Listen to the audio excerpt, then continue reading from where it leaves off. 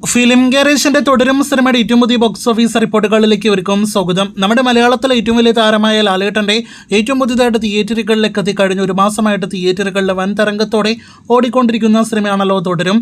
ഇന്ന് സിനിമയുടെ 30ാം ദിവസമാണ് തിയേറ്ററുകളിൽ. പതിവ് പോലെ ലാലേട്ടൻ സിനിമയുടെ കേരള ട്രാക്കിംഗ് റിപ്പോർട്ട് പുറത്തു വരുമ്പോൾ ഈ മഴയത്തും ക്ലാഷ് റിലീസിനിടയിലും പുതിയ സിനിമകൾക്കിടയിലും ഇന്നലത്തേക്കാൾ കളക്ഷൻ വർധന ഇന്ന് ശനിയാഴ്ച സിനിമ കേരളത്തിൽ നേടിയെടുത്തു കഴിഞ്ഞിരിക്കുകയാണ്. ഇന്നലെ വെള്ളിയാഴ്ച ഇതേ സമയം 31 ലക്ഷത്തിൽ പരമാണെങ്കിൽ ഇന്ന് സിനിമയ്ക്ക് 39 ലക്ഷത്തിൽ പരം 40 ലക്ഷത്തിനടുത്താണ് കേരള ട്രാക്കിംഗ് ഗ്രോസ്. ഇന്നലെ 60 ലക്ഷം കേരള ഗ്രോസ് ഉണ്ടായിരുന്ന സിനിമയ്ക്ക് ഇന്ന് 75 ലക്ഷം 80 ലക്ഷം റേഞ്ചിൽ കേരള ഗ്രോസ് വരുന്നതാണ്. അങ്ങനെയെങ്കിൽ ഇന്നത്തോടെ 30 ദിവസങ്ങൾ കൊണ്ട് തുടരും സിനിമയുടെ ആകെ കേരള ഗ്രോസ് 115 കോടി 80 ലക്ഷത്തിനടുത്തേക്ക് എത്തപ്പെടുന്നതാണ്.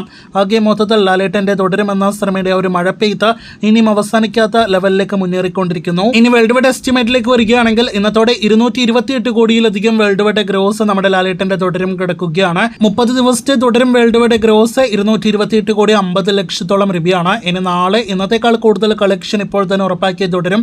നമുക്ക് കാത്തിരിക്കാം എത്രത്തോളം കളക്ഷൻ നേടിയെടുക്കുമെന്ന് അറിയാനായിട്ട്.